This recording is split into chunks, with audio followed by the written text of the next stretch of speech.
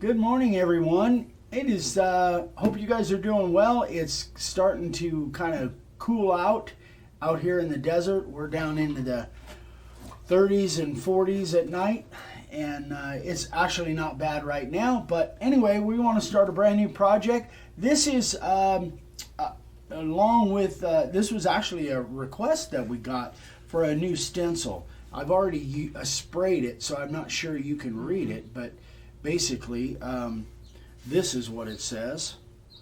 In God we trust. So, we're going to carve this. Now, the last one we did, and I'm doing this in oak again. The last one we did inset. So this one I want to do outset. And this brings up a few little issues that I'm going to have to deal with. One of them I want to show you right now.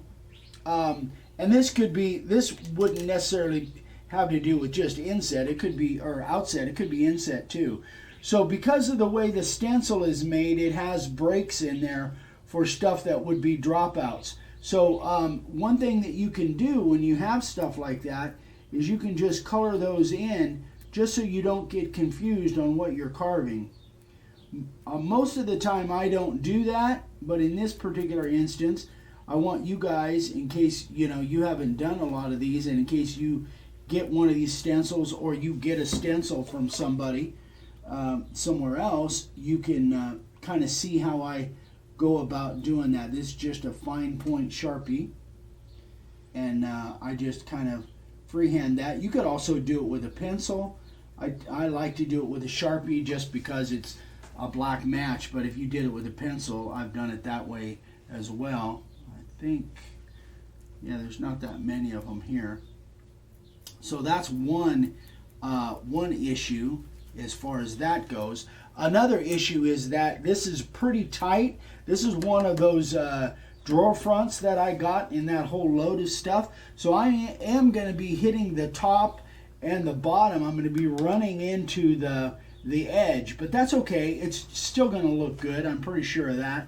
So anyway, I've got the profile bit in, and I'm going to set it. I'm going to eyeball it at probably, I think, about 1/8 of an inch, because there's some pretty tight spots in here, and I don't want to have to lift the router base too much. So I'm going to set it at about 1/8 of an inch. Yeah, that should be about right. All right, so I am going to put my cheaters on, and we'll get after it. Again, you guys know oak ain't my favorite, but it looks good when it's that too. It looks good when it's done. So I'll probably have to fight my way through it, but I'm used to it. Here we go.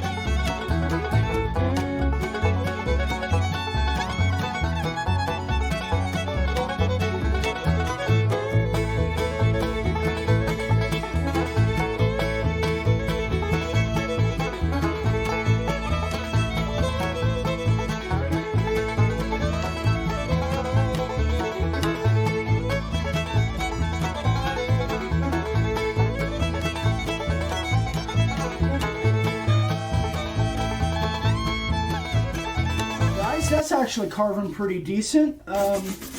One thing that I did want to show you, see how this stuff is kind of curling up there, and I'm getting kind of some fuzzies and some, you know, this kind of stuff, some burring on the surface.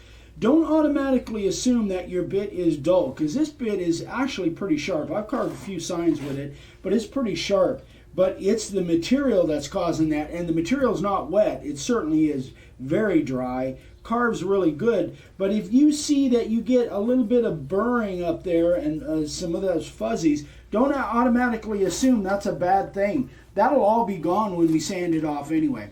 All right, so I just wanted to touch base on that. So I'm going to go ahead and finish this thing up as far as the initial profiling, and then we'll come back and go on to the next step. All right, guys. So that just finishes up the first cut. Now what I'm going to do is when we come back, I'm going to get a bigger version of my profile bit.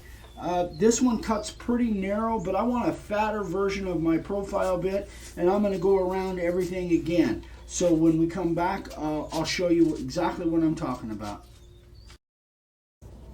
Okay, so this is a profile bit that I've ground many times, and the more I grind it, the fatter the line it cuts. And that's what I want to use here. I want a nice fat line, and I'm going a full 1/4 of an inch or thereabouts, something like that. And we're going to see how that works out for us. So what I wanted, the reason I'm doing this is I just want a fatter line around all of the letters, so that when I go back with the 90 degree for the background, I'm less likely to run into the letters. So let's see how that works.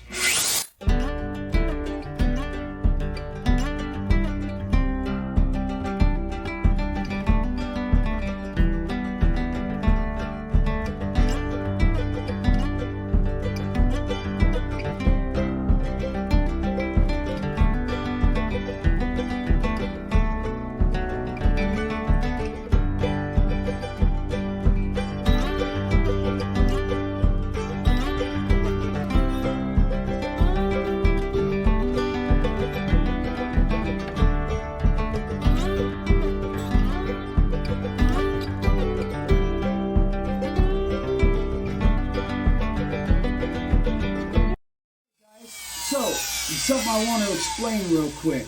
You guys would normally hear me say when you're carving, generally you want to have a kind of a light touch and not a real heavy grip on the router, and because that's a mistake that a lot of new sign carvers make, is they have a real death grip on that router. If there was ever a time to have a tighter grip on the router, is when you're doing something like this. You're carving a hard wood, and you're trying to get close enough to those letters that you don't have any high spots, but yet if that hits a certain area and you're not ready for it, it will just jam right into the side of your letter. So if there was ever time to have a tight grip on your router, now is the time. I don't normally do that, but when I'm doing something like this, I do. All right, so I'm going to go ahead and finish these up off camera. Do the G so we can see how you're going to go around that. Oh, yeah. Yeah, we'll just do the G here. Yeah. Here we go. Good idea.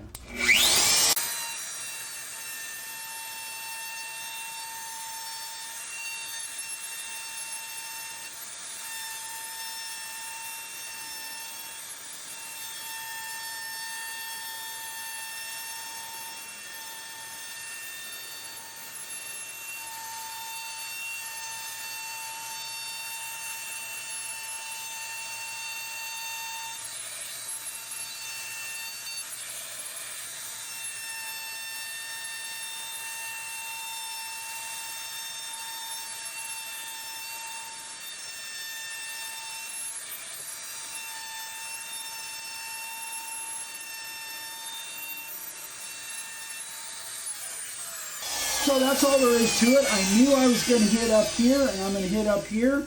And then when I go back with my 90, I'm going to take that even more and just like that sticking above the edge of the board. And I think it's going to look fine. Okay, so now I'll finish off the rest of it, and then we'll come back and we'll do the 90 degree background. All right, folks, so we've got all of our second cut around everything, so I've got plenty of room to get around. I've got my 90-degree bit in there, my background bit, set at about 1/4 of an inch, something like that. And we're just going to go around all of those letters, and this will be the last part of the carving.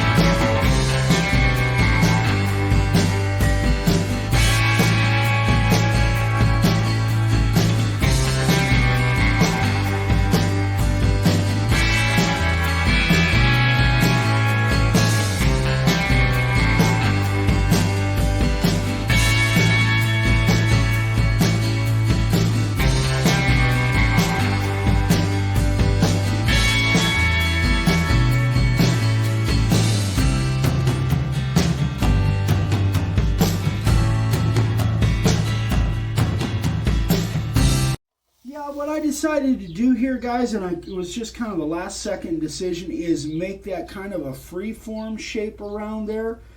That's not traditionally what I normally do, but I just thought I wanted to do something a little bit different as far as my shape of my background. So now one of the most important parts is, because this is such a hard board, is really got to brush from a lot of different directions to try and get all of that loose stuff down in there. Try and get all that loose.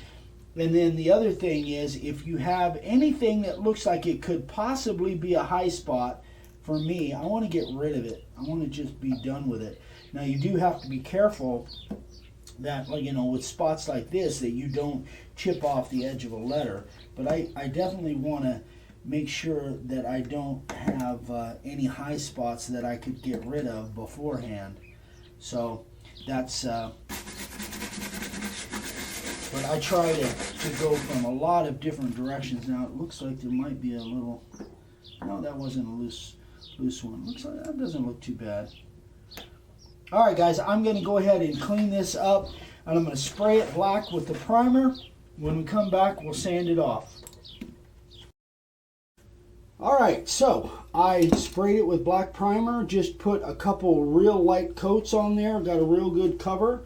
Let's sand it off. So I'm using my disc sander, and I've got a 60 grit on there, and let's get most of that black off of there.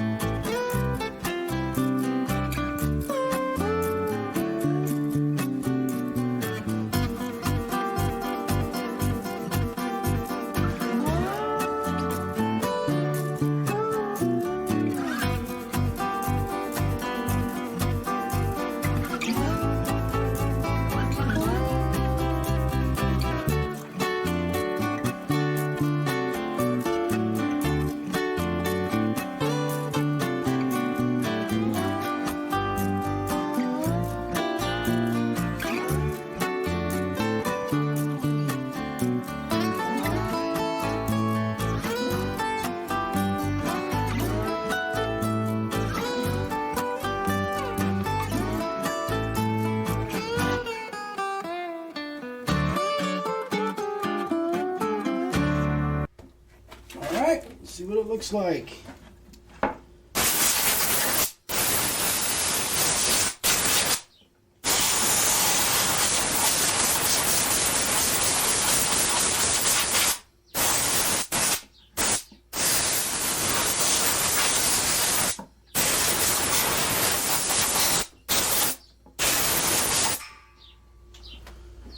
Looks pretty good. I like it. Let's just, while it's sitting right there, let's throw some clear on it. See what it looks like. Well, let's get all the sawdust off there that I just...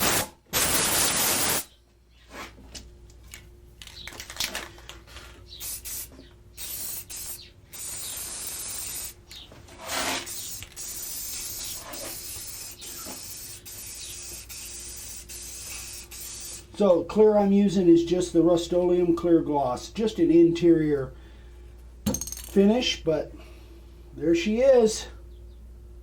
I like it. Looks pretty good. And I have to sneeze. Maybe not. I held it off. I averted disaster. Okay, guys, that's it. Hope you like this. Hope it was helpful. Carving oak, again, is not one of my favorite things to do, but actually this one carved pretty well. I think my router bits are pretty sharp. I had touched them up a while ago, and I'm really happy with the way it came out, so I hope you guys like it. If you have any questions, email me, eric@makeawoodsign.com. If you have any questions for Vicky, email Vicky with DaveSigns@gmail.com. Wow, I'm all over the place. So if you need any supplies, there's the website. Love you guys. We'll see you on the next one. Bye.